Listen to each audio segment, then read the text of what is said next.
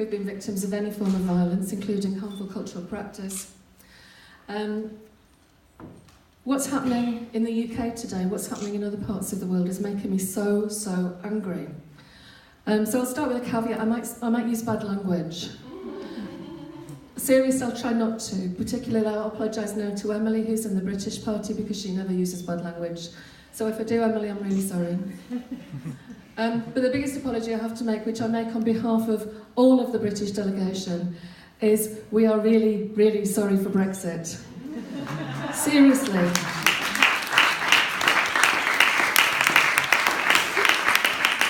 None of us wanted it, none of us voted for it. And in fact, you know, there's an awful lot in the media now about how it's the will of the people. We have to go ahead with Brexit now because it's the will of the people in the UK. It's a massive, massive, big, fat lie. Only 61% of the British population voted in the Brexit vote. And of that 61%, only 31% voted for Brexit. So it's the will of a tiny minority of the people in the UK. So those of us who are in the minority hate it, we're fighting it, we're trying to do everything we can to stay in Europe because we really, really realise the value of our common bond and our common outlook on life and our common politics. So today I'm talking about the impact of migration, the politics of hate, and also neoliberalism, how austerity is being used as another big fat lie throughout Europe, throughout UK, America, Russia, to allow the rich to get richer, the poor to get poorer, and when the poor complain, then they get the blame. The migrants get the blame, the poor get the blame, the people with disabilities get the blame. And I wanted to use some iconic images when I was doing this presentation because I wanted to steal the way the media is being controlled by the rich and the right. We need to, as those fighting for our rights, for our human rights and our dignity, we need to learn to use the media. I know it's very, very difficult because we don't have the money that the poor have to pay the media, but we have to use it in any way we can. We have to get on the streets and demonstrate. We have to use social media. This woman here is she's my law hero. This is Baroness Hale, and she's the most powerful judge in the United Kingdom. And she's a feminist. And she believes she's a Democrat, and she believes in human rights. And she's been responsible for us being able to keep some of our human rights when we've taken the government to court to fight to get them back. And that fight continues. And she's there for us, which is wonderful. Victor started by talking about the genesis of human rights, and I lecture a lot on this subject, so I always start there as well. What happened in the Second World War created the Universal Declaration of Human Rights.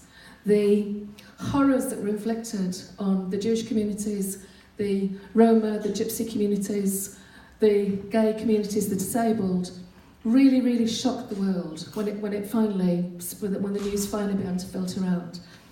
And so on the 10th of December 1948, the Universal Declaration of Human Rights was signed in Paris. And these are our promises to each other. These are our covenants about how we will treat each other and how we expect to be treated. And these are life-giving, and we must never, ever lose them.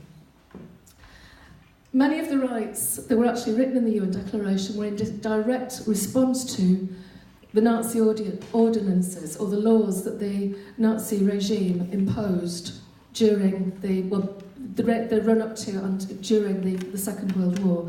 And that was supposed to be the war to end all wars, wasn't it? And that didn't work out too well for us, really. So Article 1, the right to life.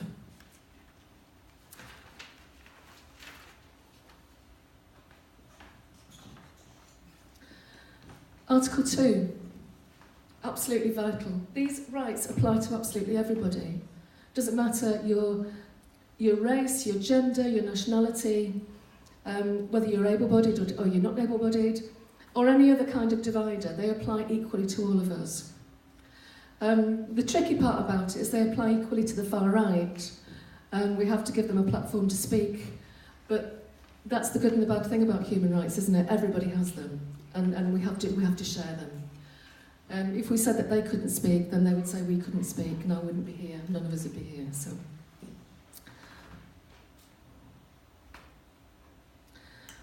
This is a slide of the Chibok girls, as they were called, the Chibok women who were taken into slavery in Nigeria. This image always stays in my head because it makes me think of many of the human rights. First of all, the right to liberty and security of the person, the right not to be enslaved, freedom from torture, freedom from inhumane treatment, equality before the law. Women like these, and women like the Yazidi women, and I can give you millions of other examples, I'm sure we can all think about them, do not have any of these rights. And when one of us doesn't have these rights, then none of us have them. And that's something that we've all really got to fight for. Article 15, Victor talked about Article 14, so I won't talk about that. Article 15 gives us all the right to a nationality, to have a state to belong to. The Third Reich actually took away that right from the Jewish community, so they became stateless, they had no nationality.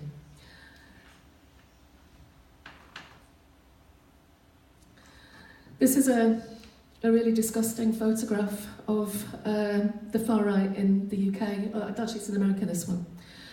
Equal rights for Indigenous whites. The world is lurching to the right, and it is lurching towards totalitarianism, and then when that happens, we get a climate of fear. And when we get this kind of climate of fear, we get the slides like this, we get the images like this of people showing the same fear and loathing that we saw during the rise of fascism in Germany.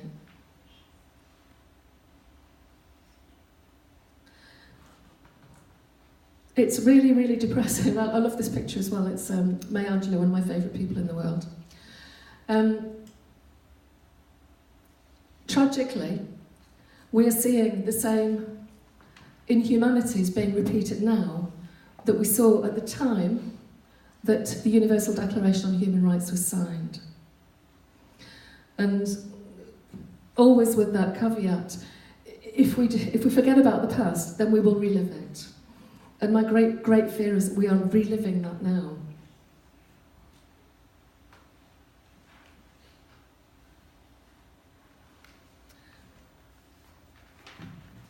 Civil rights movement in America, absolutely amazing, powerful, powerful thing. And it achieved so, so much in America. But you only have to look at what's happening in America with the black communities now to see that they are having to relive and reclaim those rights all over again. This is a picture from the UK, actually, the Black Lives Matter campaign. I get really impatient with people, and I've seen them in the UK, wearing T-shirts saying White Lives Matter. No, it's not about you. It's not all about you. If we had to say Black Lives Matter, then it's because people don't believe Black Lives Matter. So we need to really get a hold of that, I think. I used to actually think that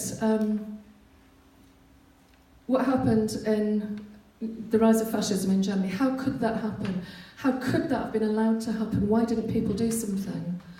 And now as an adult, seeing these horrible values being replayed throughout Europe, throughout the world actually, I can feel that powerlessness and that desperation, and that the idea of history repeating itself. This is a picture of a painting that's in London. It's in Cable Street in the East End. And the British Nazis marched through, or wanted to march through Cable Street, which is a densely, densely Jewish populated area. And on the 10th of October 1936, there was what they called the Battle of Cable Street, when the people of that area united and said, you will not march through our streets, we will not give you welcome in our streets. And it's long, long remembered, and it's a very, very powerful, iconic image for British people, English people. But here we are again with Nazis on the streets of the UK. This was a demonstration that was earlier this year, or maybe at the end of last year, when we were visited by Pegida, and the British far right welcomed Pegida. And horrifyingly, I think you may be aware, Donald Trump has just endorsed some of our far right groups in the UK. Absolutely horrific. And apparently we're giving him a state visit over my dead body. And we're seeing the same things replicated in the United States, only with guns. This is a picture from Poland as well. And you really can see the tangible politics of hate that are coming out onto the streets. Terrifying. And a lot of this is about, I started with a big lie, Brexit was a big lie. So much of what is going on politically at the moment, in terms of neoliberalism, totalitarianism, is about a big lie.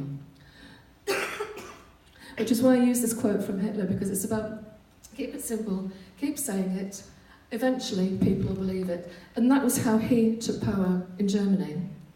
And that is how Trump's taken power in America, it's how Putin's taken power in Russia, and we're seeing this replicated throughout the world.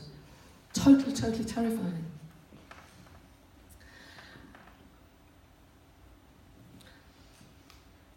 In the UK, it's really very much about the politics of keeping the rich rich, keeping the poor poor, and pushing the blame somewhere else when people are not taking it. It's about greed and it's about money. The UK is one of the richest countries in the world. Tiny country, but it's one of the richest countries in the world. And we're being fed the big lie of we have to have austerity. And the big lie, a bit like the way Hitler managed to get power in Germany, which was about, I will make you great again, I will make you wealthy, we'll have to have sacrifices on the way, but we'll get there as long as you do what I tell you to do. And we're seeing this in the UK now. It's absolutely terrifying. The eye in the middle is a place called Grenfell Tower. Have people heard about the fire at Grenfell Tower? It was a horrific fire that occurred in Kensington in London. Over 100 people died. It was mainly migrants who were living there. The flats were in terrible conditions, and what emerged afterwards was that the cladding, the decorative cladding on the outside of the building wasn't fireproof. And the reason that it wasn't fireproof would it have been that it would have cost the rich company who built the flats a few more £1,000s to put on flame-resistant cladding. And they thought, oh, we won't spend a few more £1,000, we'll keep it. And so 100 people had to die. These people are still homeless today.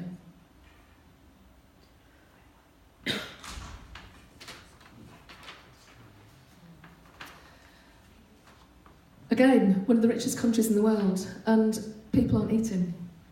People in the UK don't have food to eat. We've got food banks. People on benefits who can't work, many of whom have learning disabilities or physical disabilities, or are carers for disabled elderly relatives or for their children, who can't actually work, who rely on those benefits, are being punished. And we've now got what's called benefit sanctions, which means if you are 10 minutes late to go and sign on a form to say, I'm still here, I'm still in the UK, and I want my benefit, 10 minutes late, sorry, that's a sanction. No money for you for 2 weeks. And it's not like these people have got money in the bank to fall back on. They don't. 2 weeks no money means 2 weeks without food, unless you're able to go to a food bank. And I just think it's so shameless, it's scandalous, that in UK, one of the richest countries in the world, there are thousands of people literally reliant on handouts at food banks, and the humiliation of that, and the humiliation for their kids and their wider families. We've got clothes banks because people haven't got the money to put clothes on their backs or on the backs of their children. Dominic Raab, who's our Minister for Justice, said this week that the reason we have food banks is because people are not very good at budgeting. So it's not that we don't give them enough money, it's just that, well, they fritter it away, don't they, on luxuries like heating and food. The disabled are being told that they're not disabled and they have to go back to work.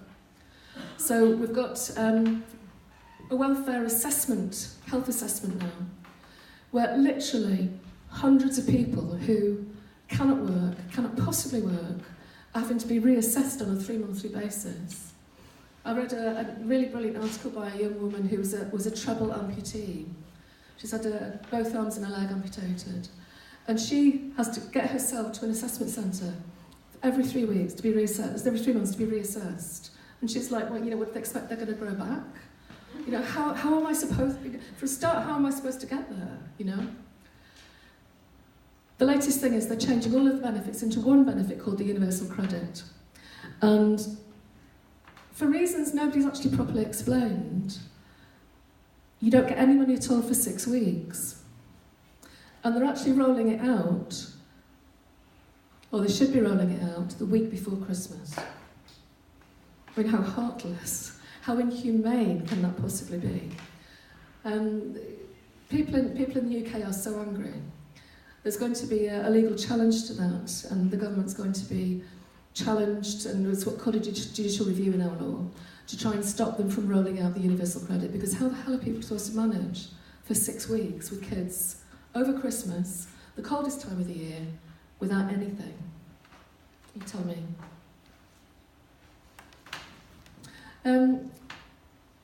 So in order to divert attention from the government policies, what the government is doing is blaming the poor.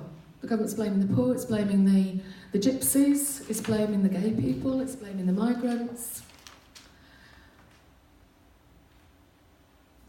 And we're all out on the streets about it because we're all so angry, but of course you don't see much of that in the media. Hitler's big lie, as I'd said previously, was, do what I say and I will make Germany great again. And we'll all have lots, we'll all have plenty. And in the UK that's, let's get us out of Europe. If you vote to get us out of Europe, we will give £350 million a week to the National Health Service. Now that was on buses driving around the country, so encouraging people to vote to come out of Europe. Have we had £350 million a week for the National Health Service? No. The National Health Service is having its money cut, all based on a big fat lie. And they're telling us we're taking over control. Do people know who the DUP are? The Democratic Unionist Party in Ireland. Neo-Nazis. Far right.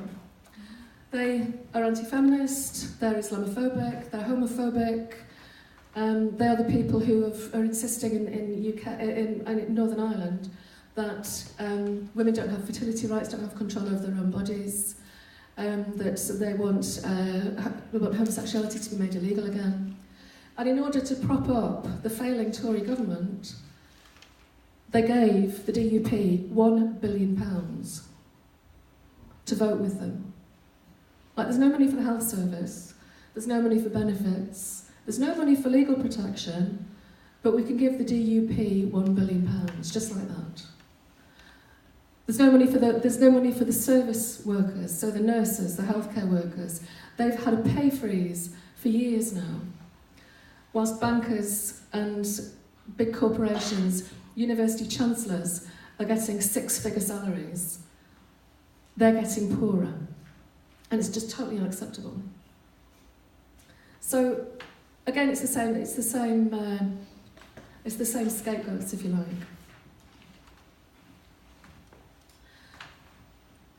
So, since 2015, we've seen the biggest mass migration since World War II, actually, coincidentally, since partition, 1947.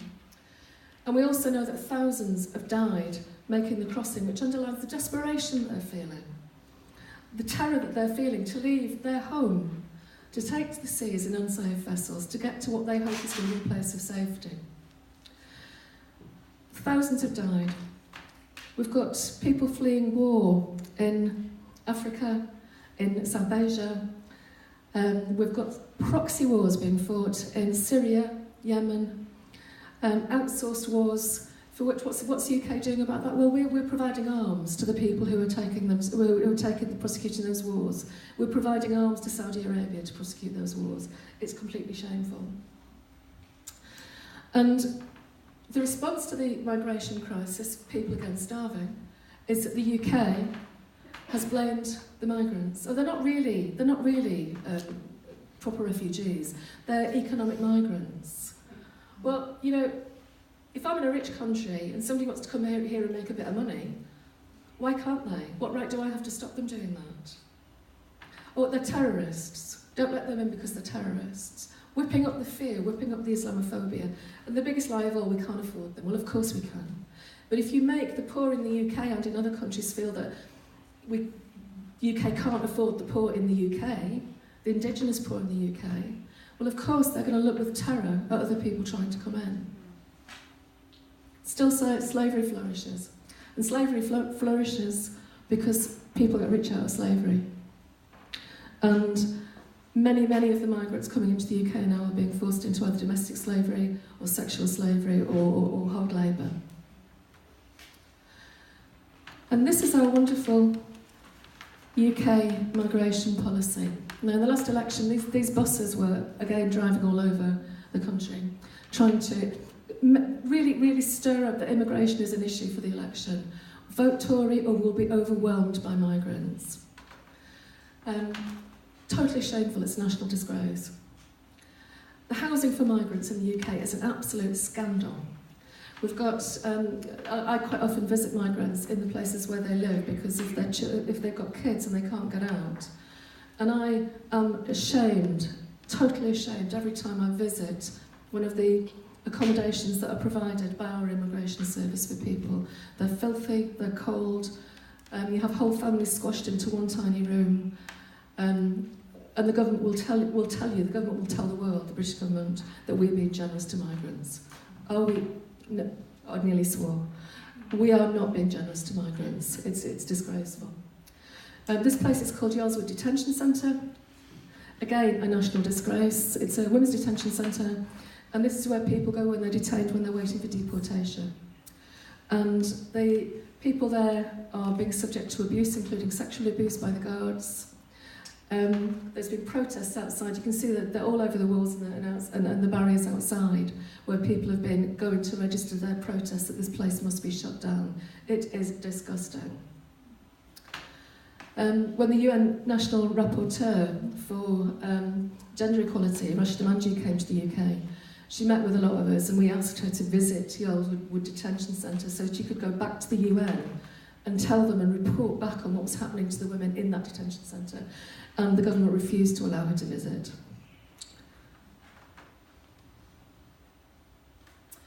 So still, in spite of the protests, we're still taking migrants, and there are a growing number of us now who are desperately trying to say, we want migrants, we welcome migrants, we will welcome you to come to the UK. This was a brilliant poster campaign. This guy is a human rights lawyer, he's an immigration lawyer, and I'm very proud to call him a friend. He's called Shelvin, and he has got a speciality in working with gay, lesbian, LGBT migrants. And he's just won some absolutely landmark cases because, of course, the British government's response to a gay migrant who might have their life at risk if they're returned to their country of origin is live somewhere else and pretend you're straight. Can't be done. And then, of course, we've got Trump. We really have truly descended into madness. There's a historian called Richard Evans, who was a historian for the Third Reich. He's written extensively about it, and he talks about Trump in terms of seeing huge, huge parallels with his election campaign and what he's doing now in the USA, to how Hitler managed to grab power, maintain power in Germany. What Hitler created was an existential threat. The German nation is at risk from the Jewish community, the gypsies, the gay people, and in the USA add into that the Muslims. So let's build a wall. Let's build a wall against the Mexicans. Again, it's the policy of hate and the policy of fear that's really being fostered there. This is Hannah Arendt, which is one of my favourite philosophers. She wrote a book called The Origins of Totalitarianism in 1966. She lived through the Third Reich, and in fact she was one of the people who lost her German citizenship in 1937 because she was Jewish and became stateless and had to eventually escape to America. Again, she's drawn those similar parallels. We've got to listen to these voices. You know, this is real. This is a real extension. The real existential threat is what they're doing to us, making us swallow these lies. That's a picture that was taken in Jerusalem this week. Again, direct result of Trump and what he's done and stirring up fear and hate. really just throwing a nail bomb into the middle of the Middle East peace process. He was elected on the I'll Make America Great Again. He's also been filmed extensively with the Ku Klux Klan in America, the ultra-far right.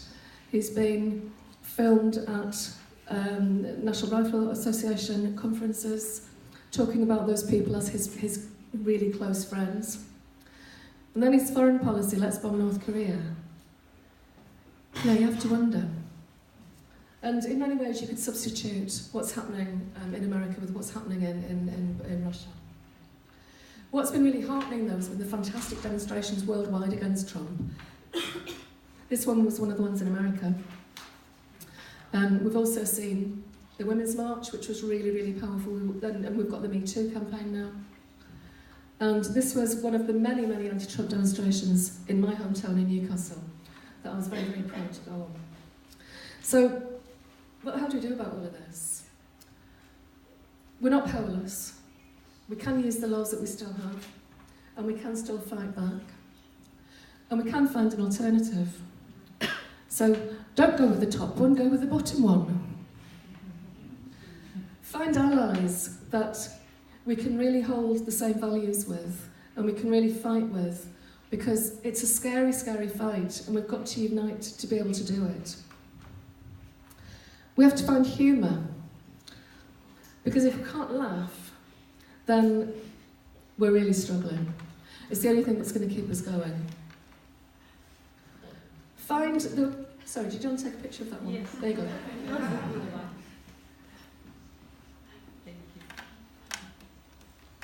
Find a way of protesting that's right for you. It might be writing, it might be speaking, it might be working in a fabulous project like this Human Rights Project, teaching migrants, new migrants to your country about human rights and the value of those human rights. Spread the word.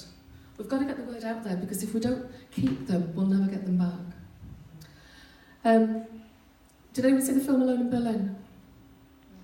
It was about a couple who... Yeah, a couple of hands. It was about a couple in Germany who lost their son. They were real Nazis.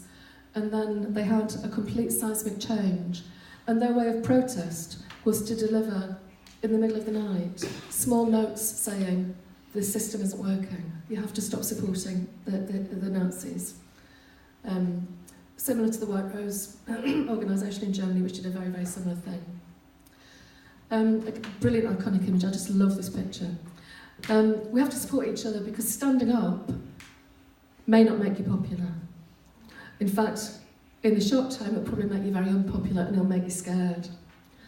But if we don't have these people who stand up and make these gestures, then it doesn't inform the rest of us who to get behind and support. So we all need to try and do that. We need to believe we can do it. Because if we don't believe it, we may as well just give up now. And we have to be welcoming. We have to say to the people of the world, we want you, and we will care for you, and we will stand beside you.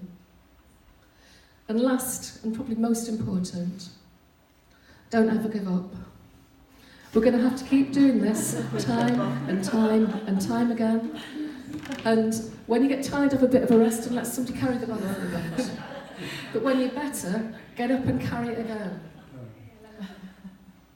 We've really got to keep our human rights, people, and we've really got to keep our humanity, because they are under threat like never before in our lifetimes, let's put it like that.